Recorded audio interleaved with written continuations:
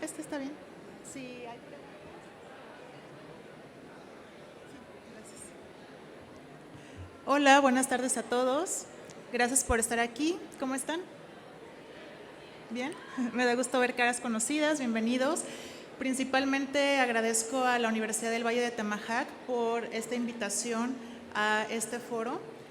Cuando me hicieron la invitación, yo primeramente pensé el enfoque desde el cual iba a hablar de la salud mental, porque normalmente, como hemos escuchado en las conferencias anteriores, la salud mental desde la psicología se asocia a la terapia cognitivo-conductual, porque es el mayor enfoque en el que se ha tenido investigación y ciertamente evidencias.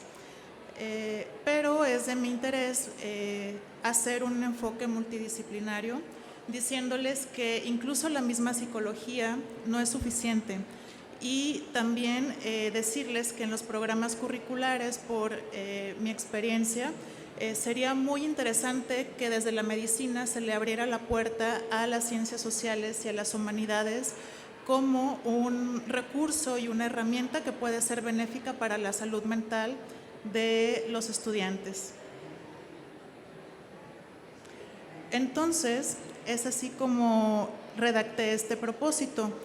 Reflexionemos aquí todos juntos la posibilidad de incorporar o empezar a experimentar en nuestros programas de medicina líneas de formación en ciencias sociales, interpretativas y humanidades.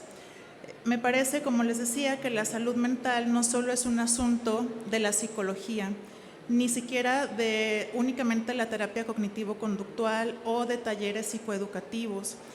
Me parece también que en la psicología, por la historia y a veces una falta de contextualización y actualización, se sigue entendiendo dicotómicamente al ser humano y se suele disociar o separar el cuerpo y la mente. Estos esquemas o paradigmas han estado por mucho tiempo en la psicología y es importante que empecemos a dejarlos atrás. Las ciencias sociales, las humanidades tienen metodologías y conocimiento muy valioso que, de ser integrado desde mi perspectiva, beneficiaría la atención integral de la persona. Esto presupone que todos estamos integrados en esta responsabilidad. No corresponde únicamente a las universidades, sino a las políticas públicas, a la misma gobernanza a nivel nacional, estatal, las instituciones públicas y las privadas.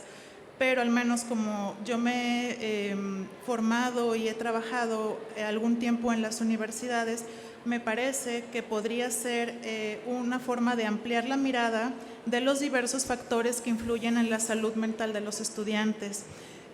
Hablarles también de ciencias sociales y humanidades, no únicamente como talleres recreativos o pasatiempos o actividades extracurriculares, sino como materias en forma y que en las cuales puedan profundizar, ayudaría también a prevenir y a tratar de manera oportuna padecimientos relativos a la salud mental. Les decía, la salud mental no solo es un problema que debe de atender el psiquiatra o el psicólogo, sino que otras disciplinas también pueden involucrarse. Es desde ahí, desde que hice esta charla, porque me ubico o siempre me he identificado en un lugar multidisciplinario. Y ya abordaré eso más adelante, cómo lo podemos hacer interdisciplinario. También esto podría incidir en la construcción de un mejoramiento de la cultura de la salud mental en los entornos de trabajo.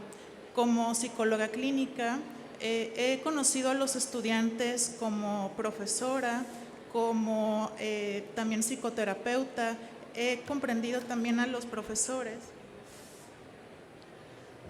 que en otra universidad, me explicaban lo que vivían dentro de las aulas y en los mismos entornos de las escuelas de medicina. Y vaya, es un problema complejo que se puede abordar desde muchas aristas y así también colaborar a una cultura de genuina interdisciplinariedad entre diversas ciencias y disciplinas. Esto lo abordaré más adelante. Me parece que aún hace falta mucho trabajo en la interdisciplina. Normalmente, cuando hablamos de multidisciplina, nos quedamos en el diálogo, en tal vez congresos o actividades donde escuchamos las perspectivas de un mismo fenómeno o problema desde diferentes ámbitos.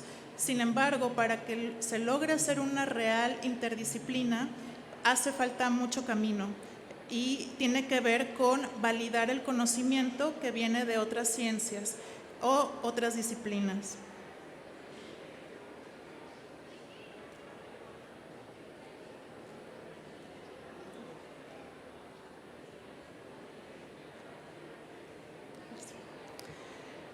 Como saben, la OMS nos da una definición que seguramente conocen sobre la salud mental y la define como un estado de bienestar en el que la persona es capaz de hacer frente a las demandas normales de la vida diaria y trabajar de manera productiva y fructífera, contribuyendo así a su comunidad.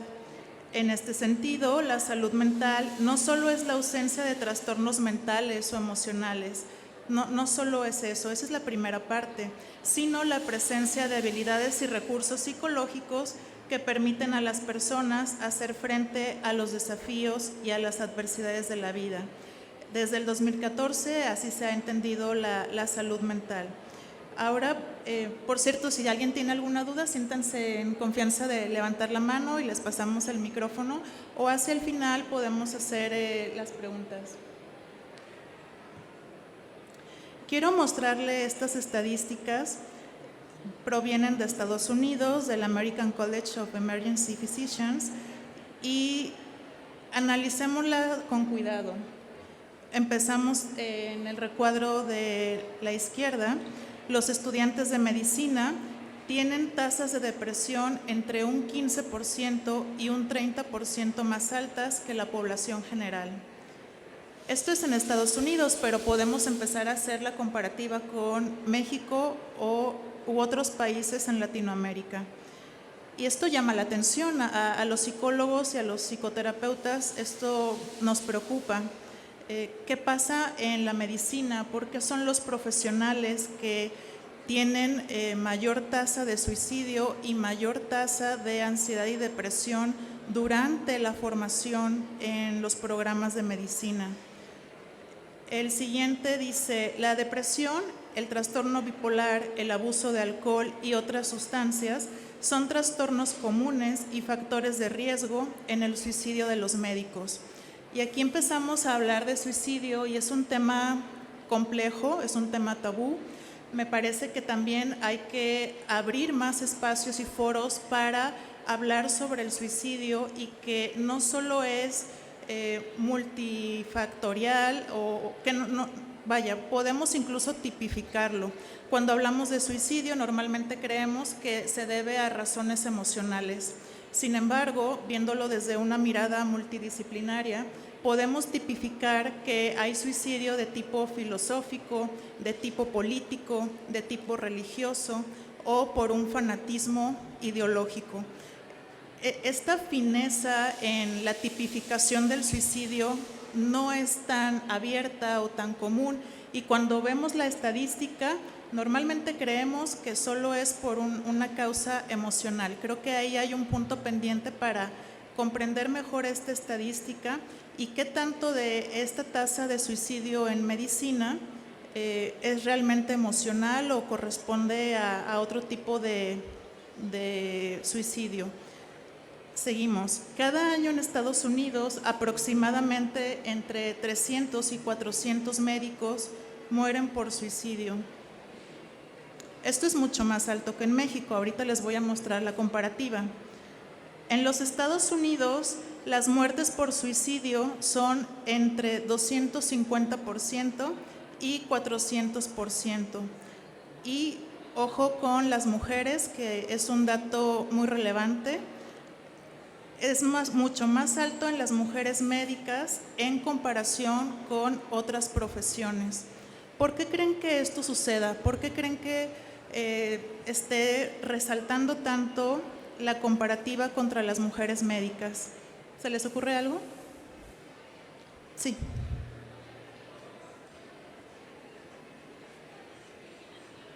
Discriminación. De hecho, hay un factor, ahorita les voy a mostrar un estudio que habla de discriminación y de racismo. Es uno de los factores que elevan el estrés y la depresión. Voy para allá. ¿Alguien más piensa en otra causa? Ok. Ahora, las mujeres médicas tienen una tasa más alta de depresión mayor que las mujeres de salud, que las mujeres de edad similar y con grados de doctorado. Vean, alguien que tenga un PhD, una mujer, es superada por una mujer que está en el programa de licenciatura de medicina, según estas estadísticas. Ahora vamos a México.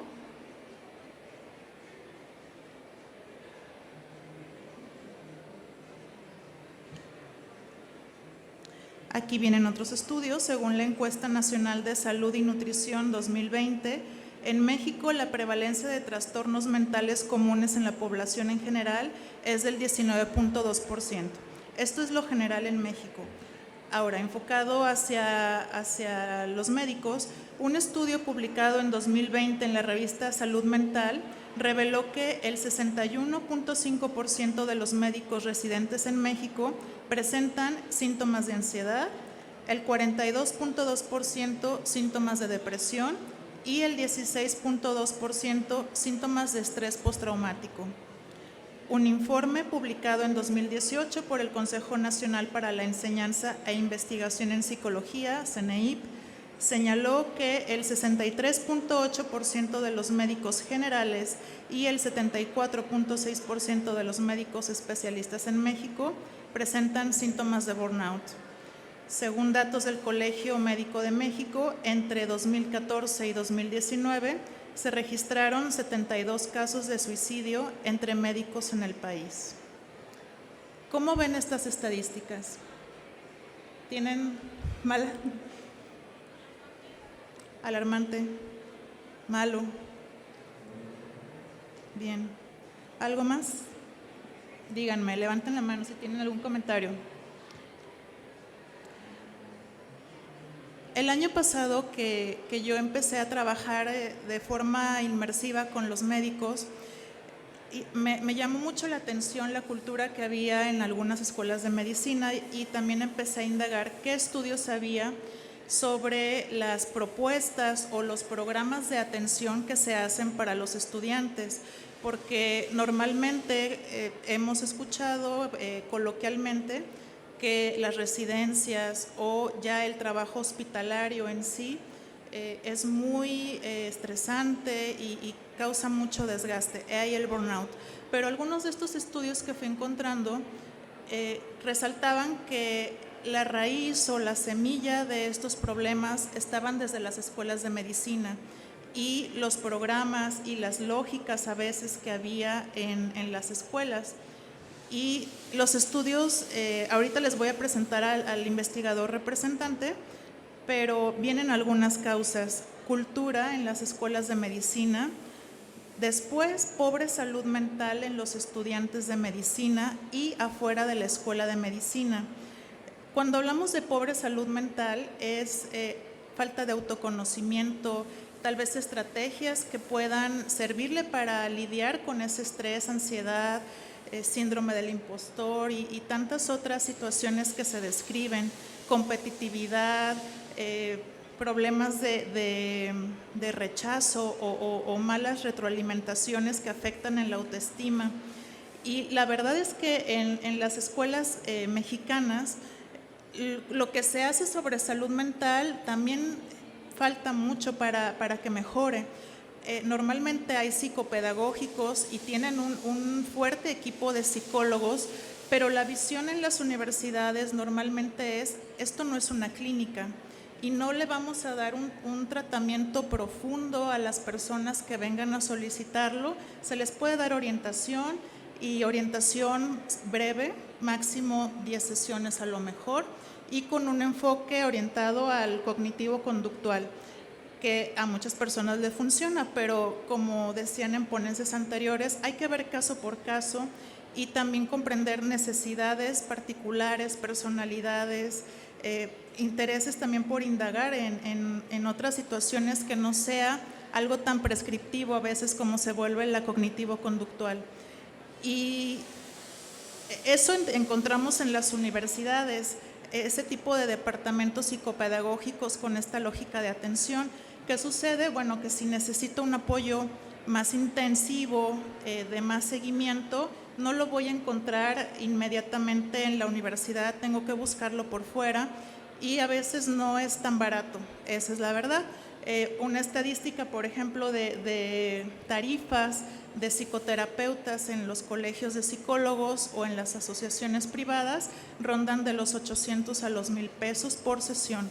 Y entonces, si necesito tener un seguimiento intensivo y un tratamiento tal vez largo que pase de las 10 sesiones, tengo que tener esa disponibilidad económica para atenderme.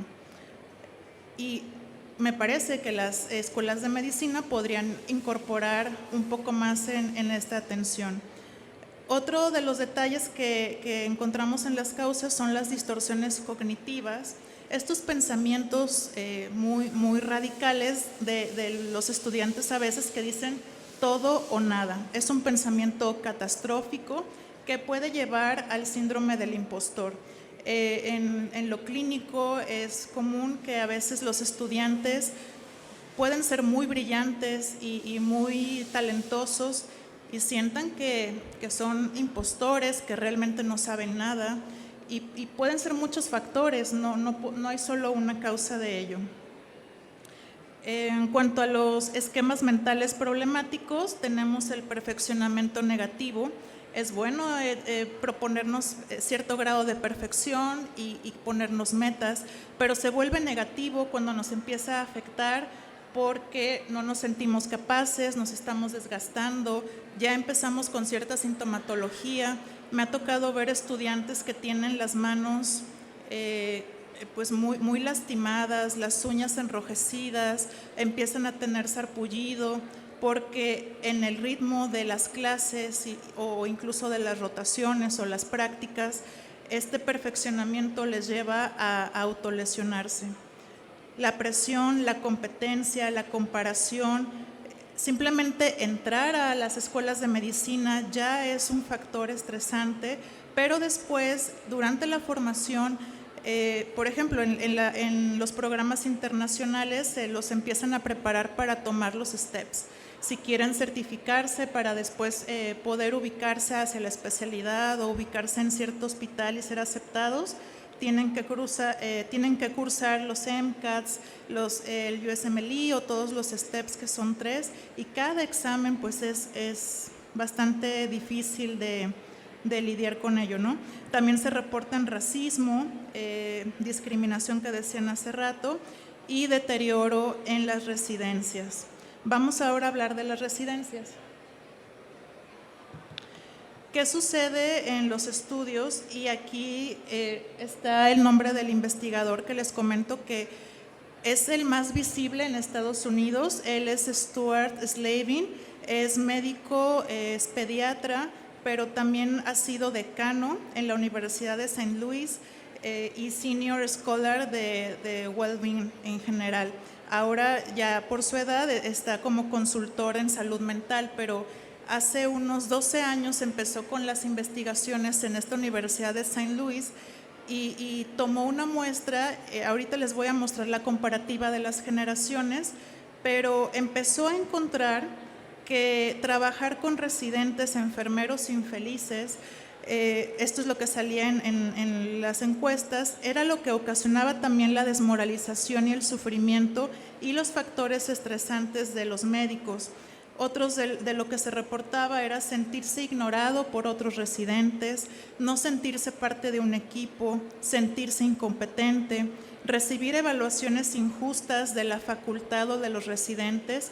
Por ejemplo, cuando algunos estudiantes iban a rotaciones, se encontraban con exprofesores o profesores ahí que los iban guiando en el hospital y los desacreditaban y les daban retroalimentaciones muy fuertes que en lugar de impulsarlos para que aprendieran y se autoevaluaran mejor, pues tal cual los subsumían, ¿no?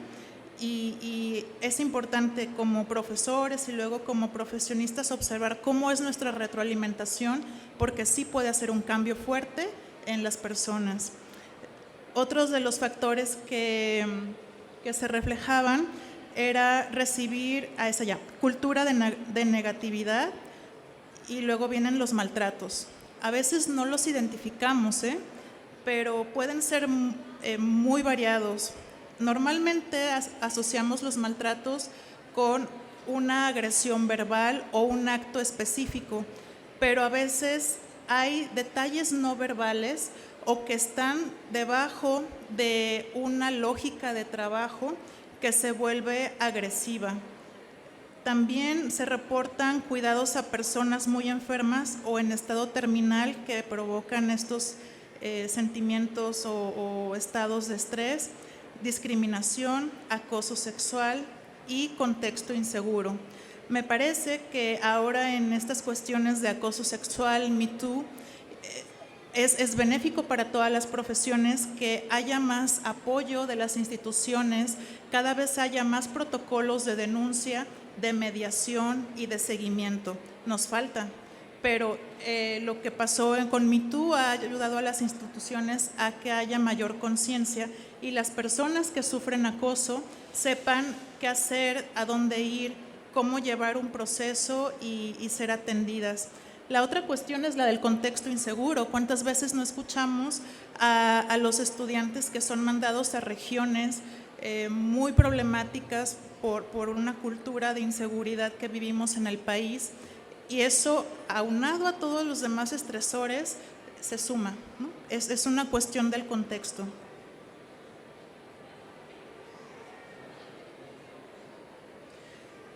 Bien, ya explicamos cuestiones bastante preocupantes sobre estos estudios, lo que conocemos, lo que hemos vivido, lo que escuchamos. Ahora, me gusta este investigador, Stuart Slavin, porque publica los resultados de cómo cambiaron las estadísticas de los niveles de estrés y de ansiedad en unas generaciones de médicos. Y esto fue lo que él recomienda y aplicó en la Universidad de Saint Louis, y me parece que podría ser útil para otras escuelas de medicina considerarlo, estudiarlo y ver qué tan factible sería para mejorar la salud mental de esos estudiantes. Lo que hicieron ahí fue cambiar el sistema de calificación a uno de escalas, es decir, lo cuantitativo se modificó por aprobado y no aprobado, suficiente e insuficiente. También redujeron las horas del plan de estudios en todos los cursos un 10%, no para que los estudiantes se fueran y tuvieran menos horas efectivas, sino para intercambiarlas por otras materias optativas que podrían ser comunidades de aprendizaje basadas en temas de interés, y esto ayudaba a que interactuaran socialmente, hicieran vínculos, no se sintieran solos. En ocasiones, si son estudiantes que vienen de otras ciudades o en el caso de programas internacionales de otro país, el choque cultural es muy fuerte. Se sienten muy solos, incluso aunque hablen el mismo idioma. La soledad se siente por el cambio tan drástico cultural a veces que tienen. Uno de los ejemplos de grupos de aprendizaje podrían ser constituir comunidades de cardiología, anatomía, psiquiatría, medicina del deporte, medicina familiar, por ejemplo. Otro de los factores que se aplicó allá fue fomentar el apoyo emocional y brindar servicios de salud mental, pero incluyendo evaluación, tratamiento y seguimiento. Algo que algunas universidades mexicanas no se quieren comprometer en ello, porque al momento de hacer un diagnóstico dicen esto pertenece más a una clínica de salud mental y nosotros somos una institución educativa. También hicieron una implementación de programas en psicoeducación, por ejemplo, cómo aprender a lidiar con el estrés, la resiliencia, la relajación, los famosísimos talleres de mindfulness, comunicación efectiva, comunicación no violenta.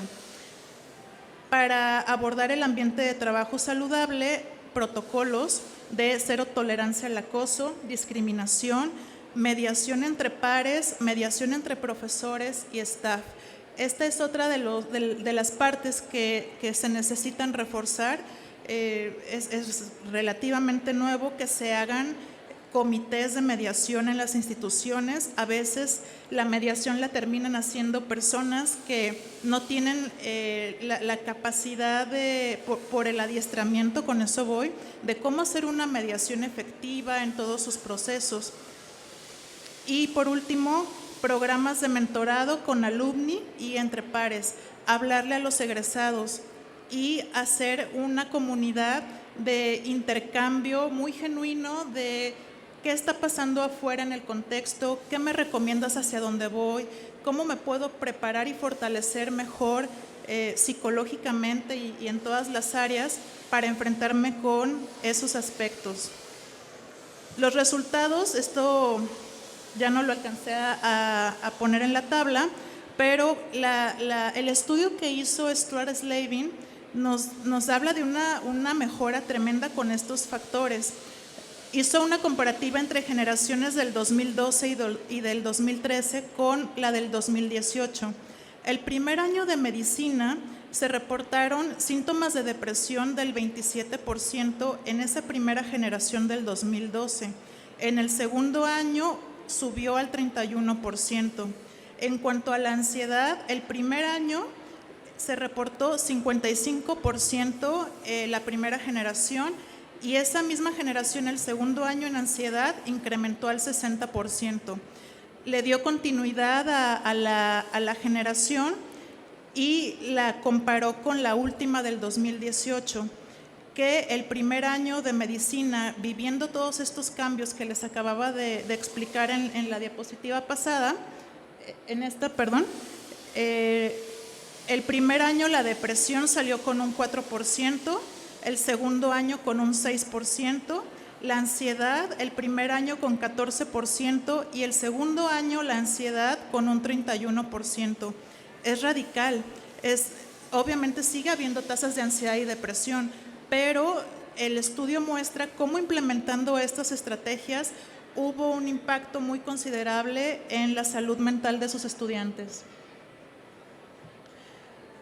Ahora, la propuesta personal, que estoy muy de acuerdo con lo que hizo Stuart Slavin, pero si eso favoreció por la introducción de muchas herramientas psicológicas, me parece que la introducción de las ciencias sociales interpretativas también ayudaría a que se trabaje de forma más integral. ¿Por qué? Porque las ciencias sociales comprenden la complejidad del mundo social y la interpretación subjetiva de las acciones humanas. Materias, por ejemplo, como antropología interpretativa, sociología fenomenológica, hermenéutica, etnografía, que pareciera no tendría nada que ver con la formación del médico, sí podría ser bastante útil, porque al fin de cuentas en las ciencias de la salud trabajamos con la persona de manera integral e interpretamos realidades y escuchamos cómo describen sus síntomas. Si tenemos estas herramientas para, por ejemplo, poder interpretar discurso, poder saber qué pasa en el contexto del cual viene y cómo eso incide en la forma de nombrar su sintomatología, sería bastante útil. Concretamente, si ustedes me preguntan, bueno, ¿y qué podemos hacer mientras para los programas de medicina en caso de que se pudieran actualizar o implementar algunas de estas estrategias?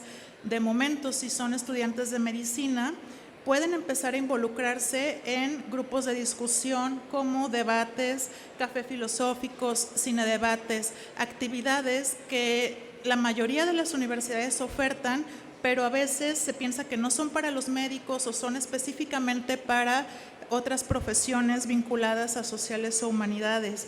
Si en las universidades fomentáramos, por ejemplo, comités de bioética, que sabemos aquí en Jalisco hay algunos, pero que se empiecen a testear en las universidades, también eso favorecería la conciencia de la importancia de la multidisciplinariedad y la interdisciplina para tomar decisiones, comunidades lectoras y no lectura precisamente técnica o de medicina, sino de otras áreas o también podría ser literatura que fomente la cohesión, la capacidad de empatía, despertar la imaginación, poder ponernos en la piel de otras personas que viven ciertas situaciones y que cuando nos lleguen a consultorio podamos tal vez entender mejor por qué hemos discutido esos temas.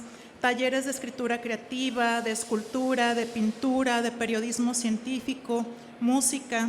No me dejarán mentir aquí algunos que veo que escribir, publicar, denunciar ciertos problemas que hay en medicina fomenta mucho esta parte creativa, intelectual y de comunidad. Para ir cerrando, me gustaría hacer hincapié en la importancia de que la medicina pueda abrirle las puertas a las ciencias sociales. Hay una cuestión desde la epistemología, que es esta disciplina que avala lo que es ciencia, lo que no es ciencia y qué tan válido es un conocimiento, que por mucho tiempo el paradigma de las ciencias experimentales o las ciencias biológicas se considera la panacea para comprender la realidad, porque hay evidencia, porque hay método científico, porque tenemos evidencia tangible de los fenómenos y los problemas. Sin embargo, del otro lado, aquí como lo muestra Paul Ricoeur, debería de haber una dialéctica más genuina y fluida con las ciencias sociales y las ciencias humanas, porque son ellas las que encuentran en la comprensión pues, un panorama más completo de la complejidad del ser humano.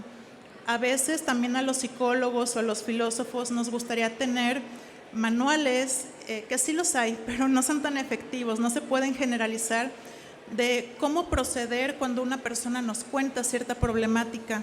Y la verdad es que hay que proceder caso por caso, uno por uno. No se puede generalizar algo tan complejo como la realidad humana y la subjetividad. Nos podemos complementar ambas, pero nos hace falta, ¿no? Nos hace falta encontrar puentes y encontrar espacios que hagan una genuina interdisciplina para colaborar a la salud integral de los estudiantes de medicina y los futuros médicos. Muchas gracias. Si tienen preguntas, por favor, adelante.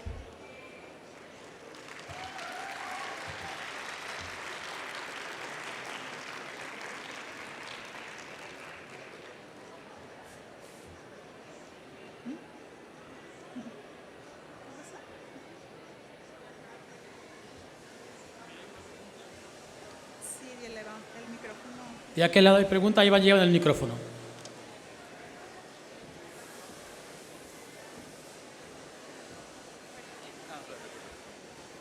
Bueno, ¿qué tal? Buenas tardes. Primero para agradecerle por la conferencia. Muchas gracias. Bueno, mi duda viene relacionado con una experiencia un poquito personal con respecto de que, ok, las escuelas pueden promover como estas medidas como para proteger un poco la salud mental del estudiante, ¿no? Pero muchas veces también es el propio estudiante quien no encuentra como que el tiempo, la manera de hacerlo, en el sentido de que se siente presionado que por los exámenes, que por el estudio, o que prefieren a veces descansar, irse a sus casas, y eso es como que rodea mucho el factor de estrés. Ahí, desde el punto de vista del estudiante y no tanto de la escuela, como qué se podría hacer o qué se sugiere en esos casos.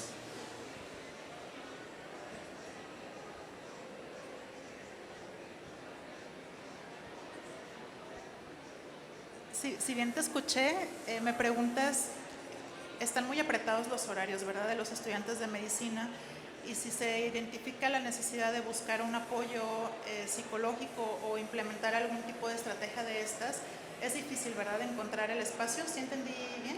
Es que había mucho ruido. Ok, bueno, la estrategia que hace el estudio que les presentaba era reducir 10% el tiempo de las materias para sustituir y complementar con otros espacios como estos de cohesión o de comunidad, porque no soy de la idea de que en cuanto se identifique una situación mental, tienes que ir a terapia. Me parece que en nuestra cultura eso es muy común y parecería como que también es la solución. pero muchas personas pueden tener procesos de interioridad y de cambio emocional con otro tipo de actividades, no necesariamente la psicoterapia. Si van a un grupo de estudio, hacen convivencia entre pares, mentoran a otros, también eso es satisfactorio. Puede ser un espacio para empezar a tratar. Va a depender la situación, ¿no? Claro que si es grave hay que atenderse en psicoterapia o dependiendo farmacología, pero si se considera que se puede manejar con talleres, con actividades, comunidad, otro tipo de, no sé, entrar de oyente a otro tipo de materias. Sé que es difícil por los horarios, pero es una propuesta, ya está funcionando en Estados Unidos, en muchas escuelas de medicina.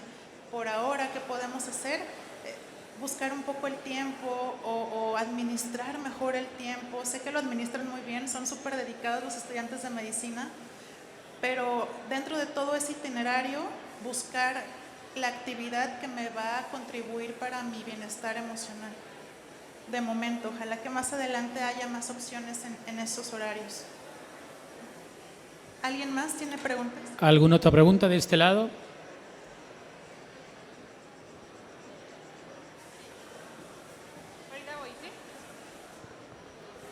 Hola, muy buenos días. Felicidades y gracias por la ponencia. Nos muestra cifras que son alarmantes, pero creo que es más alarmante el tiempo que hemos vivido con la pandemia. O sea, estos últimos 3 años se ha incrementado más la ansiedad, la depresión, los cuadros psicológicos, etcétera.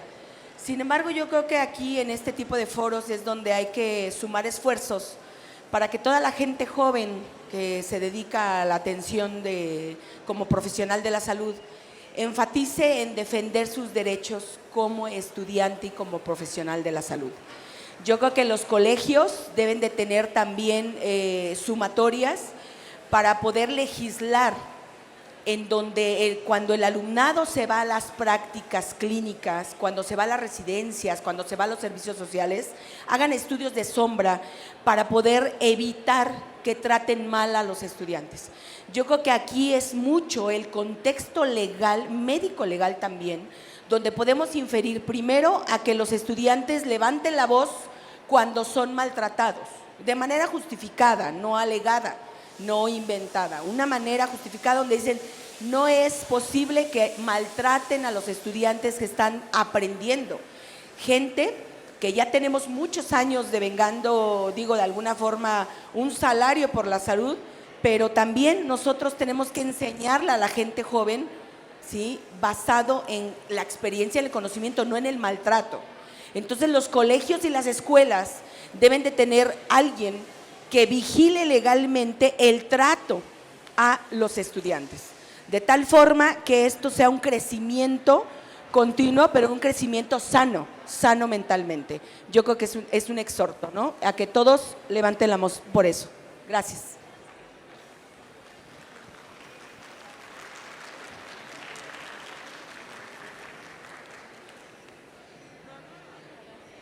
¿Cuáles podrían ser como algunas conductas a seguir si estamos con una persona que estamos viendo como síntomas o signos de depresión?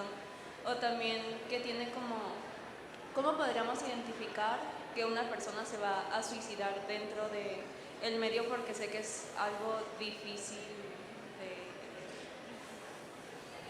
¿Y cuáles podrían ser como algunas conductas nosotros como por ejemplo amigos a seguir para ayudar o apoyar al compañero sin ser como tan abarcador sobre él para no afectarlo tampoco? Claro, es complejo porque no queremos ayudarlo, no perjudicarlo, pero a veces en el proceso cuando tenemos a una persona cercana que sabemos tiene el potencial porque lo ha dicho o lo hemos visto de incurrir en el suicidio, lo mejor es expresarlo con un especialista o con una persona que tú consideres que sea de confianza y que tenga las herramientas para poder orientarte, porque a veces los amigos que saben que el par puede hacer eso, es una carga tremenda, y les afecta mucho saber que puede suceder en cualquier momento. Y luego, si sucede, viene la culpa tremenda porque no se hizo algo al respecto. Entonces, lo primero que habría que hacer, claro, tú sondeas, observas, pero si ya identificas que SALME, el Instituto de Salud Mental de Jalisco, tiene una rúbrica con 5 grados de detección del nivel de suicidio. Por ahí la puedes checar en la página oficial de SALME y te habla desde ideaciones desorganizadas, sería como el nivel 0, el nivel 1 sería una ideación organizada y después el nivel 3 es cuando ya tiene un plan estructurado, día, lugar, arma o método. El 4 es cuando hace cartas de despedida o está buscando personas que le guarden el secreto o le deja ciertas pertenencias de valor o muy significativas para que a su muerte o sea, son niveles que van profundizando en el grado de riesgo. Lo puedes revisar ahí, pero desde el grado 0, cuando hay una idea desorganizada y se empieza a juguetear con la idea del suicidio, desde ahí hay que sondear y hay que sentir el apoyo y el respaldo de alguien especialista en el tema para que no esté solo el estudiante. Es muy importante que no se quede solo con la información, por muchos motivos. ¿Sí? ¿Sí te contesté? Sí.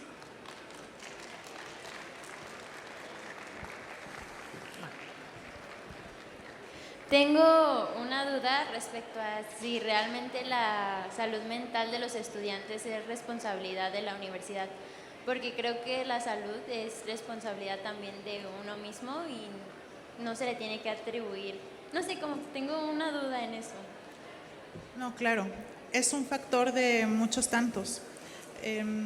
Como decía en un principio, es una cuestión de políticas públicas a nivel nacional, estatal, a instituciones de salud pública, privada, pero si estamos sensibilizados en la universidad por mejorar la salud mental de los estudiantes, se pueden hacer y se podrían hacer muchas cosas y aún así posiblemente habrá estudiantes que no se vean beneficiados por ello, pero al menos es una institución más que apoya.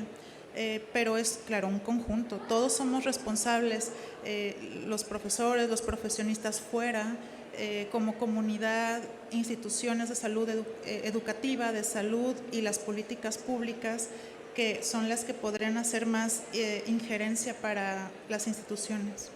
Es un todo. No solo le corresponde a la universidad, por supuesto que no.